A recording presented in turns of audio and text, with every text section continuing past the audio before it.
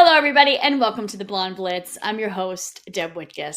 It's New Year's Eve tonight, and 2026 is almost upon us. I wanted to take this time to thank you all for tuning in this season, and I thought it would be a fun time to take a look back at some of the best moments of the Blonde Blitz this NFL season. Happy 2026, everybody. See you soon. What impact do women have in sports? Women can talk sports just as good or better than the men. We're definitely on the up, and more and more attention is being brought to women in sports. Yes. And it's a great time, and I cannot wait till we're equal. I'm itching for the NFL to start. I want to introduce a phrase that I think needs to really take flight in the NFL. And that phrase is, what in the George Pickens is going on here? I like that. We've not been included in the conversation in sports, right? Whether it be the women's sports movement as a whole, which used to be 4% of media coverage goes to women. And now I think we're up to 15. Mm-hmm. Maybe I saw the last report, which is great progress. We've tripled it. And yet we're still not talking about that it should be close to 50-50. 44% of women are NFL fans. 75% of women identify as sports fans. Are those stats surprising to you? They're not surprising to me. I think what's surprising, or in a good way, is just how much attention is now going to it. I grew up in a place where that's all you do is play sports. I grew up playing soccer and tennis and football, you name it. You see my running back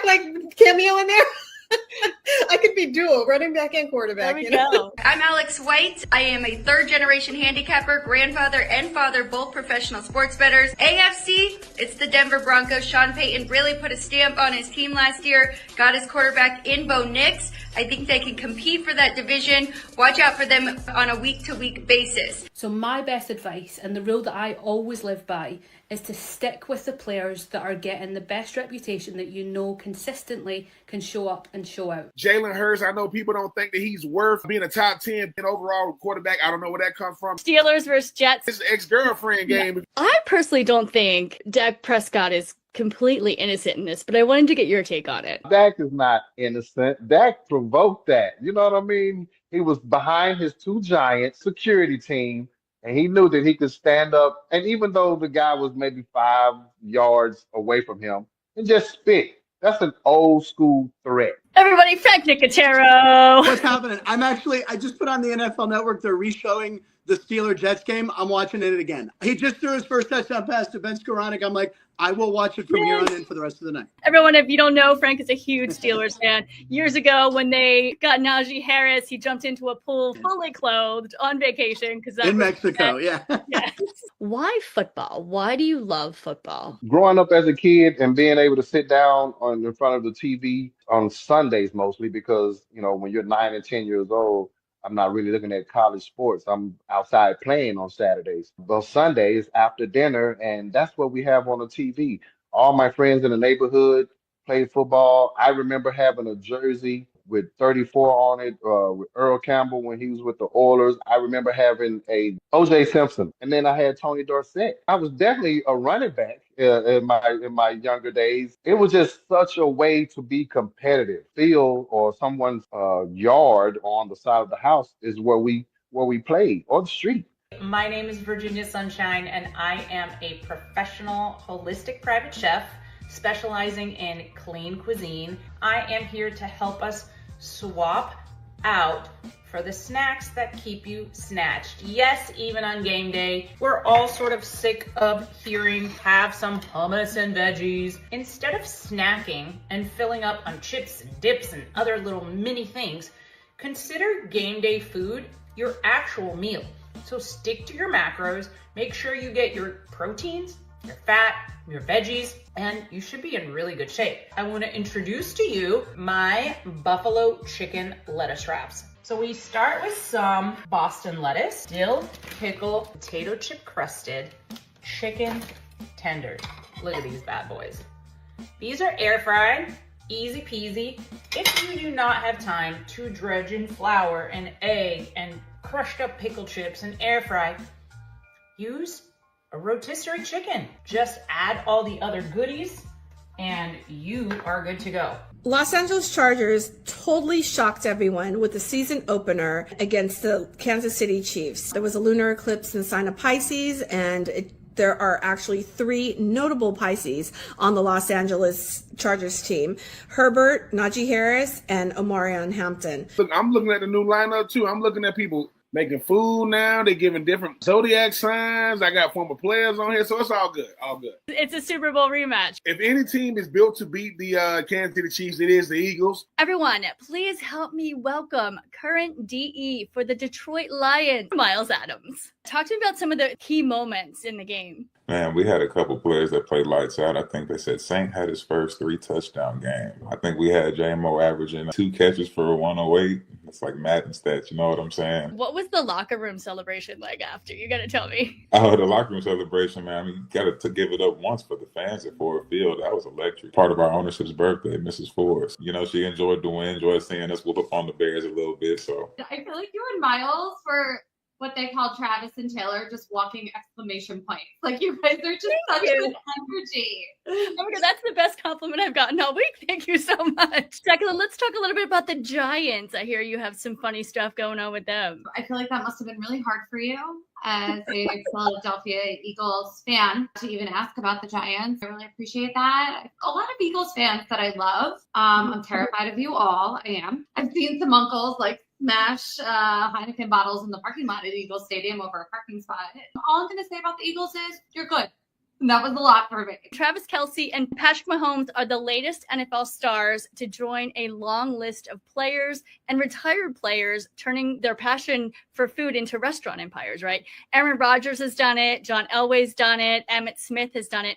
What can we learn from their restaurants to create the perfect game day viewing party at home? They used, a lot of the warm browns that are reminiscent of, say, the football itself. They used some green in the furniture seating, which is reminiscent of the turf. In fact, that's what they looked at. They looked at the field instead of doing this in red and white, because that probably would really give you maybe McDonald's kind of vibe. Right. Yeah. A little, even though it's Kansas City colors, still kind of tacky. Yeah, so they didn't go with their Kansas City colors. They didn't have the jerseys on the wall, that kind of thing. They didn't want it to feel like a sports bar. They wanted it to feel like an elevated experience. When you asked me to do the picks, I was like, of course, absolutely. But then you throw in this game, the one I just didn't want to even talk about, for America's team, the Miami Dolphins, who has turned into America's fart. Blonde Blitz. I think I'm used to playing in a pressure defense. So let's bring the blitz. Let's get it going. The Panthers beat the Falcons 30-0. Your old team, you were drafted by them. Do you think this could be their season? I'm kind of torn. Drafted by Carolina, played in Carolina, but I live in Atlanta, so I got to be careful of what I say. This is the early part of the season. Let's be honest. This is the early part of the season.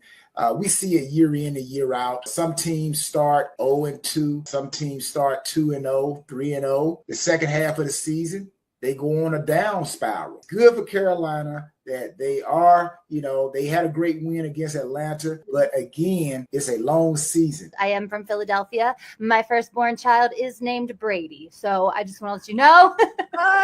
Might the dad be a Boston fan? No. The dad is a Boston fan. That Pacific one. Patriots, Eagles, Super Bowl. You could say you handed it to us all we want, but we're here, aren't we? I said I can't sit by and watch this Eagles and Patriots talk happening. I've got to put my New York Giants NFC East hat on.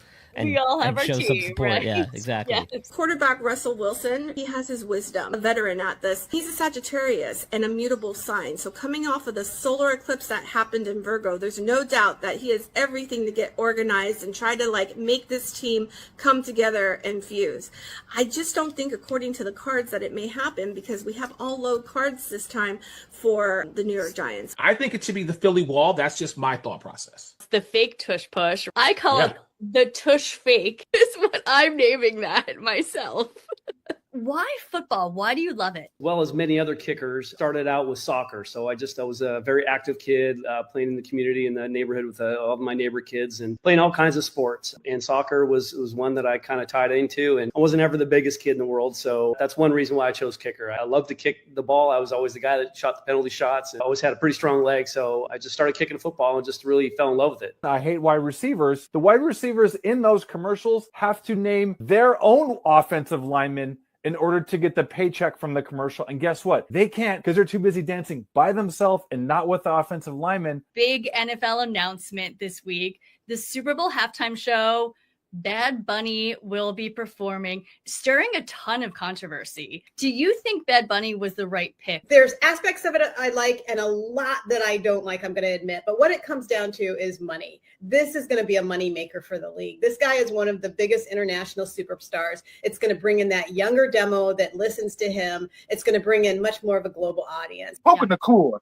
I mean, if you haven't figured it out yet, you got to try to find a way to slow him down. Yep. Fighting the best receiver in football. I'm going to right now. I'm a Cowboy fan. I saw the hesitation. I was like, what is he going to say next? Why do players fight? I love the fighting, to be honest, to watch it. They know it's not going to end well. They know they're going to get suspended. They know they're going to get fined something. Why do they do it? It's such a violent game. We got to turn it on and off, right, between the lines. And sometimes it's hard the lines get blurry. Once you're in the red, it's hard to come out. Ripping that red tail at the bull, right? Another player that I'm recommending due to injuries on the team is Rico Dowdle over at the Carolina Panthers. Another player consistently getting those high points week in and week out. The Colts have the most vanilla jersey thing you've had. No thought went into that jersey. The jerseys in general have been a little crazy. The Arizona look was all spotted, and it was anyway. I like Buffalo's new colorway. They just wasted it too. because they lost to New England. So that jersey is going to go in the back of the shelf. Right? It's going to go bye-bye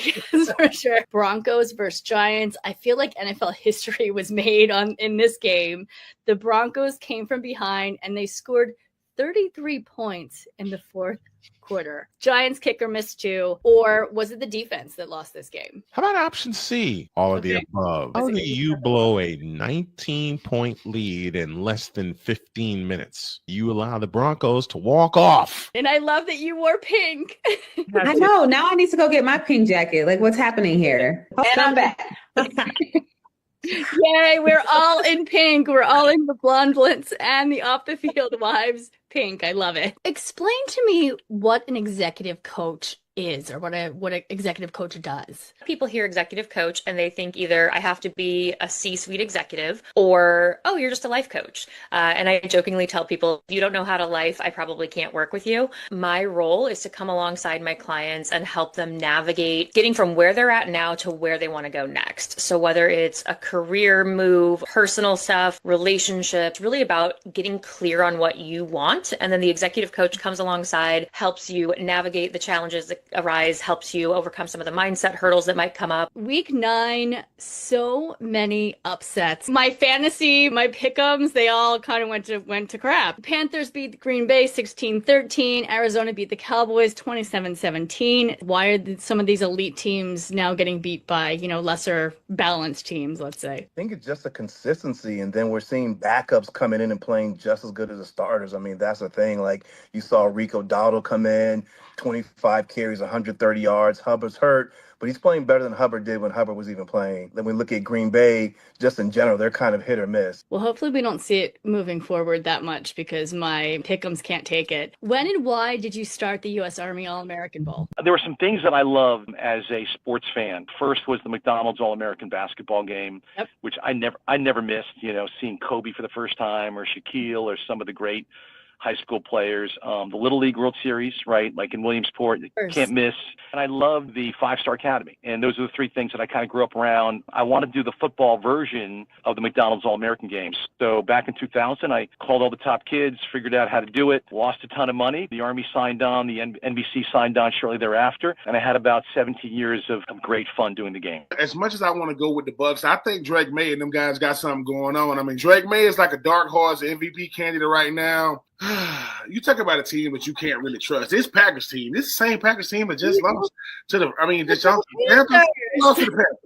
The Panthers. I wanted to recognize Paul Tagliabue, the NFL commissioner from 1989 to 2006. He passed away on November 9. I just personally wanted to extend my condolences to his family, his friends, the league. In your eyes, what did the commissioner contribute during his years? Condolences to his family and friends. He was one of the pioneers in the NFL. These positions, they're not open very often. I think the relationships that he had built over time with owners and teams is really the most important thing. And he did it at a very, very high level for a long time. He was also huge in instituting the Rooney Rule, to make sure that a lot of coaches would have the opportunity, whether they were African American or whatever their backgrounds were, that they'd have an opportunity to get out there and be a part of a team at a very high level. I think when you go out on a limb and you try to make change in the league, it's something he'll always be remembered for. What did you think of the play? That game was so boring. I would have rather watched my toenails grow for the first 3 quarters. But I mean, it had a great little payoff at the end. But my God, get to it. The Eagles defense did their job. That last punt, Sirianni went for it. AJ Brown didn't happen, and they almost lost it. Sean McDermott, you better start getting some wins, because losing to the Dolphins like that, the class of the AFC East right now being Drake May and New England, he's definitely on the hot seat. You and I were talking actually at the Rams practice about how special teams this season across the league has been off, but not Cameron. Not Cameron. No, he's very good. He's accurate. He's got a very, it's interesting for a kicker. A lot of kickers are very uptight. When you see them, they're very, very tunnel vision focused. He is a little bit more happy-go-lucky kind of guy. I feel like Cameron Dicker and Jake Elliott are very similar personality-wise and kicking styles, from the Eagles as well. Chip Kelly, you saw what he did with the Eagles, you saw what he did with the 49ers, and then you saw what he did with the Raiders. 3 big fat ow! I've been wanting to fire him for years. As long as I've known you, you actually wanted Dabes to be fired. And I'm like, no, Deb, he's actually not that bad. And then, all right, you're right, I'm wrong. Great offensive mind, not a great head coach. Do you think it was the correct move in the middle of the season when he's so connected to franchise quarterback Jackson Dart? I think ultimately, yeah, because it was at the end of the day, it was more of him trying to keep his job than the health of Jackson Dart. Aaron, let's talk a little bit about the Rams. Are we looking at a Super Bowl team here? It's hard not to think that if you're thinking Super Bowl contender, that the Rams are doing everything right. It's the culture, it's the system, and amazing storylines out of LA. Emmanuel Forbes Jr. You just have guys that are coming out of the woodworks that other teams have gotten rid of. Nate Landman as another one. It's all sort of working things out in terms of culture, talent, and then that's obviously,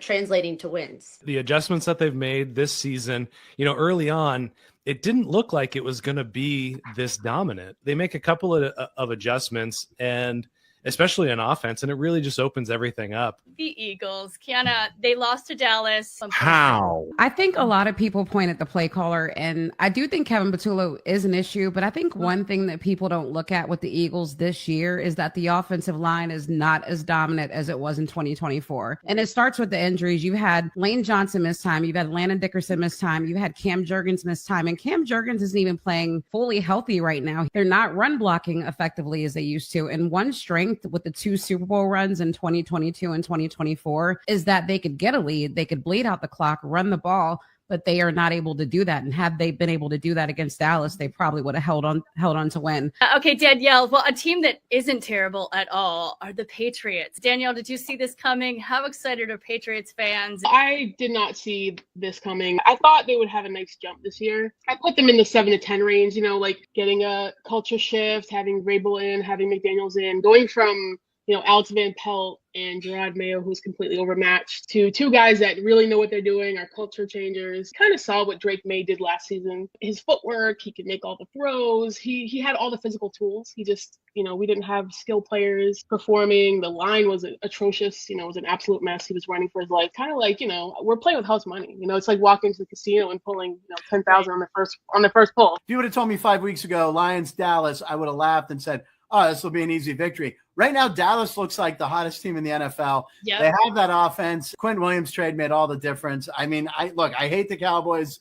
It was born as much in as me. I do. Yeah, being from Pittsburgh, you from Philly, I hate them. But their offense right now, and of course, we gave George Pickens away for a 3rd-round draft pick. I keep waiting for him to implode. but he's not, because I think CeeDee Lamb's keeping him in check. Hey guys, it's Deb Whitcas with High School on SI. It is my cause, my cleats here at the NFL, and I have Cam Kitchens with me. He is a safety with the LA Rams, and his cause is very important to him because it's his, and was also spearheaded by his grandmother, Carol. Tell me a little bit about your cause. Charms of life. I think the biggest thing is really just helping the youth. With my grandmother is everything, from top to bottom. And tell me a little bit about the cause, the nonprofit. What do you do for the youth? The biggest things, I guess, holidays mostly, the Thanksgivings, the Christmas, the back to school, stuff like that. So now it's been a little difficult because my family's in Miami and I'm in LA. Back to school, I usually pick out 3 families and I go shopping with them, make sure they get their shoes, make sure they get, and it just be great because you kind of see how their upbringing, and you always give them kind of motivation that you can't always give to when it's a bigger crowd. And then something I used to do back in college was for Christmas, I used to go back to my elementary school for pre-K and kindergarten, and we used to give them toys, and talk to them and stuff like that, just those smaller interactions. That's all it's about, and of course I do my football camps and stuff like that, and I want to continue to expand that. Tell us about the football camps. Each year it's been getting better. Next year for the summer, that'll be my 4th one, and I want to add, a financial part to it, just to teach the kids, just to always have financial awareness. Do you do drills? What does it consist of? It consists of football drills, so it'd be for boys and girls, just going out there and giving them some tips and stuff like that. I don't play all positions, so I could give them a little help on safety, but just skill positions, you have some stuff for the bids, and then we always mostly end with, always have like some gift cards or some money, and we always do like some one-on-ones and stuff like that, so whoever win, get a nice little prize at the end. And how did you and your grandmother come up with this nonprofit together? Honestly, it was me, her, and my mom. Just finding out ways to give back. So in high school, how did your grandmother, support you on and off the field? On the field, it was always just that motivation, to just keep going.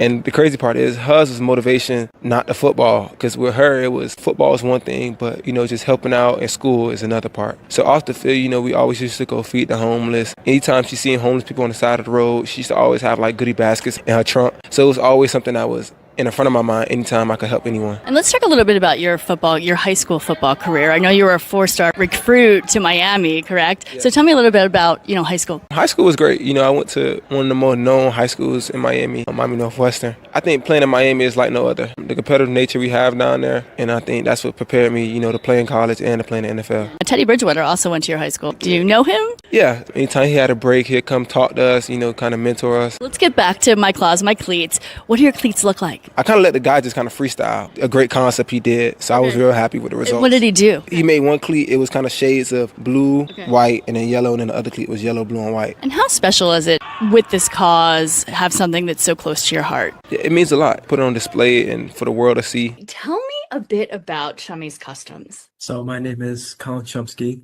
founder of Chummy's Customs. So I just followed my dream of being a shoe designer, and here we are about 5 or 6 years later doing some work with some of the biggest brands and celebrities. And then also you worked with Brandon Graham too, right? We worked with the Eagles and the Eagles Autism Foundation. They sent us a game-used football and a game-worn Brandon Graham jersey. They gave it to us to cut up into five or six pairs of shoes, auctioned off for charity, and one was actually gifted to Brandon. Man, that dude is nice. That's awesome. That was an awesome video. I'm just burnt out. I've had to stay so focused, and I've had to kind of follow along with a lot of the stories and track a lot of these injuries for the various shows I do, some of my podcasts that I release. And I'm ready for a vacation, Deb. Houston Texans, #1 in points allowed, #1 in total yards allowed. This defense is elite. They're going to slow down Patrick Mahomes and company. I think Baltimore's done. Like they're 6-7. Like 7. Yeah, 6-7. Yeah. Nothing worse than an old person trying to be young. 6-7. No. I'm trying to be young. I love it. Why football? One, I started because my parents wanted me to play. I had a lot of anger. Football is a sport that you can play, you can release the anger, and you get a pat on the back. And then it was a way to get to college, and then it became a career. It wasn't necessarily, this was like my lifelong dream. This was a way for me potentially to redeem myself because I dropped out of high school and then had to go back. And then it was also a way to go to college to me, to show everybody that I wasn't dumb. I can get to college and do well, and I did. No one's talking about what Denver is doing right now. Sean Payton, Bo Nix, year 2 with him. They found a way to get it done, him and Cortland Sutton. We've been talking a little bit this week about San Francisco.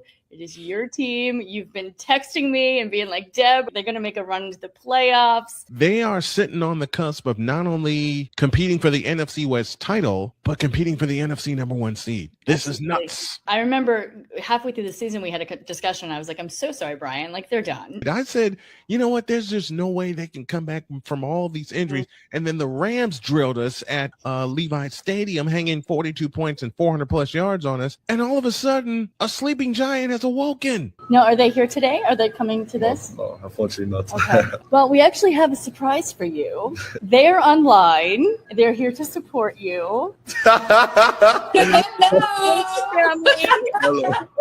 We have Anna, stepdad Lucas, and Aunt Lola. Hello. Hello. Hello. What do you guys have to say to Joel? We are very proud. Yeah, it's a big opportunity, and we appreciate it that he's one of 2 internationals at the bowl on Sunday, and so we support him from here. We are very excited for him. When did fantasy sports? When did it start? What I call modern fantasy sports, the distinction is other games such as App and Stratomatic were based on real professional athletes, but what they did in previous seasons. Whereas modern fantasy sports, you're drafting players for your teams before games are played, so you don't know what's going to happen yet. The first fantasy football league started in 1963. A guy named Bill Winkenbach was a 10% owner of the Oakland Raiders. In the mid to late 50s, he had a primitive fantasy game for the PGA golf and for baseball. He was a part owner of the Raiders, and they were flying from Oakland to New York week for a game against the New York Titans, which is now the New York Jets. And Winkenbach told a couple of people on the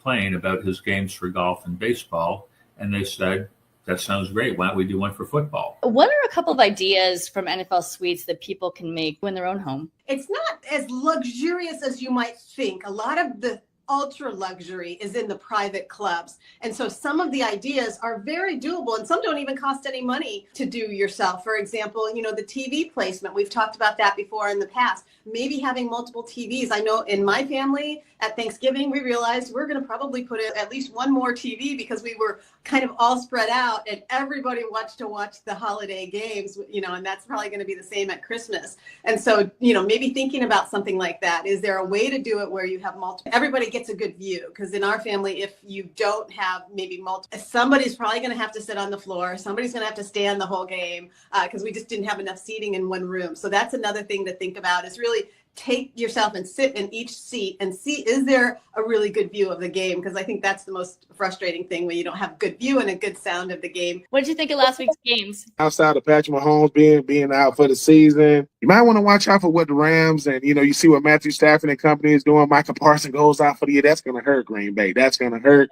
And for everybody that thought that the Eagles weren't that good, you might want to look again. The game that stood out the most was, listen, my Falcons go out there on Thursday night. They beat the Bucs. The Panthers are in first place, and they lose. Yeah. You lose to New Orleans and Tyler Shuck. Come on, I was shocked. Hello, everybody. Merry Christmas. Merry Christmas. Merry Christmas. What's going on? Rams, Seahawks. What a game. Seahawks are now in first place in the NFC, possibly getting the bye.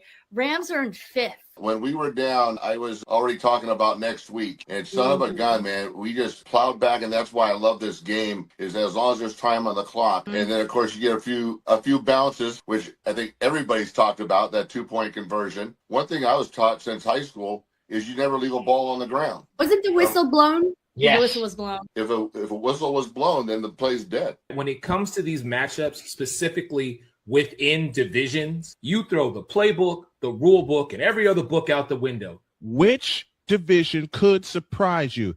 Eric was one of the first ones to get back to me and say NFC West. You do not stop until that whistle blows. They get 2 points out of it. Football is also a game of emotions as much as it is inches. And there was a missed field goal. I just think it's frustrating to see a game change momentum on a play like that. That's so controversial. Moving on to Chicago. Chicago sits second seed in NFC. First time in the playoffs since 2020. I was just going to say that I put together a few offensive keys for the Bears as they go on to the 49ers. First of all, establish the run, prevent the explosive plays that we know Shanahan wants. Caleb Williams needs to be protected. Now, on defense, force the damn turnovers. The 49ers have a very high turnover rate. Bears defense needs to create takeaways to shift momentum away. Listen, Deb, we saw your blogs when you was at the Super Bowl last year. We was like, I mean, they got people can't get in. It was like, no, Deb, no, not you. Y'all ain't on the list, Deb. Come on. You a hard worker. The Blonde Blitz is a respected entity. And hey, I mean, you do your due diligence. You know, when people get to talk about journalism and really trying to get these stories, you understand it's a fine line. When you're talking to these players, when they start hitting you with that off-the-record stuff, they will hit you with an off-the-record statement in a second. But they don't want to do it anonymous. Just off-the-record. You get to really know what goes on in the ins and outs of these players, which I think that's the respect level of a player when they can talk to you off the record, because most of them don't want to talk at all. They don't want to say anything. When you talk about the who's who with the Rams, the Chargers, the Angels, the Dodgers, the Lakers, the Clippers. I mean, all the sports. Come on, man. Exactly. All right. Well, thank you so much for that, Ben. I appreciate that so much.